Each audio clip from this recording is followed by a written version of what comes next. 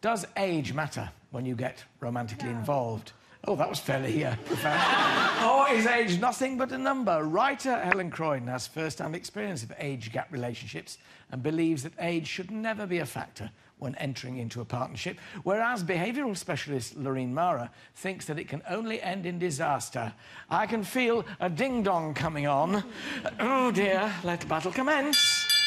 Is that not a problem? No, Alan, I think when it comes to romance, you just can't set rules. Attraction, genuine attraction, is so rare that I think when we have it, we just have to go for it. So, at the risk of being personal, you have had relationships with older and younger men, or both? Both. I don't make rules.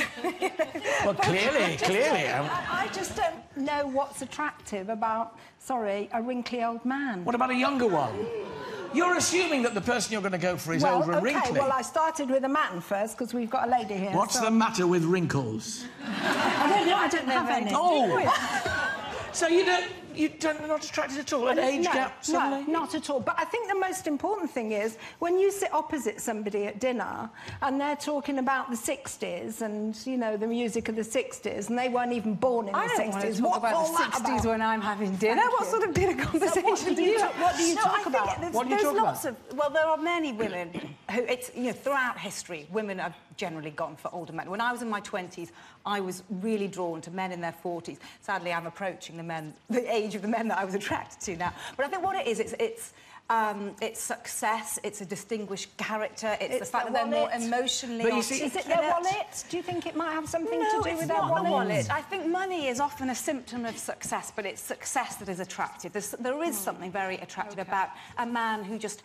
has his stuff together. But the thing is, at risk of being personal and rude, you're not with any of those older men now. No, but I didn't want to be. I think we don't have to... Every relationship should not be judged on longevity. Just because it doesn't last doesn't mean it isn't successful. OK, so let's look at let's flip that and think about an older woman with a younger man. Yeah, well, I mean, Elizabeth Taylor had about 6 successful relationships, didn't she? Very good. I don't know if successful is an adjective I would use. I think anyway, a relationship is successful if both partners are enjoying it and they're learning from each other and they have happy memories. What do you enjoy about somebody? The thing that you enjoy is you share experiences. If you're 20 and he's 40, what experiences are you sharing? Crikey, if you passed it at 40, I don't know how much hope for me. 20 and 60. Oh. I just think it's your... Oh, that's much more interesting. I don't know. What Can I just ask Chris? I mean, Chris, you believe in this, the age gap? It seems to work for me. I'm 52, my partner is 37, and we've been together for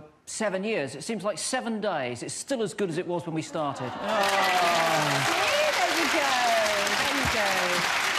Lorraine, I hope she pay attention. I hope she feels like that when you're 73. At the moment, it's still fully functional. My mind and body are obviously in tune with hers, but I'm making no predictions for the long-term future. OK, what a shame. I think if we go and choose our partner based on what we think is going to be right for us in the future, rather than actually a genuine attraction, then you may as well live for the moment. marry an insurance policy. Don't we go into... And we're not talking about a casual relationship. We're talking about if you're going to go into it for the long haul. Surely to goodness, if you say, well, you know, it's OK now, but in 15 years, I'm going to dump him because he's old and wrinkly. I mean, that doesn't really give a very good kind of message about marriage and longevity. But surely it's better to base a relationship on genuine attraction.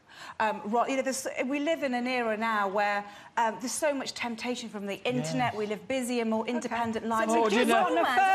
I don't know about you, it's left me feeling quite depressed. Have Helen or Lorraine changed your opinion? Shh, quiet now.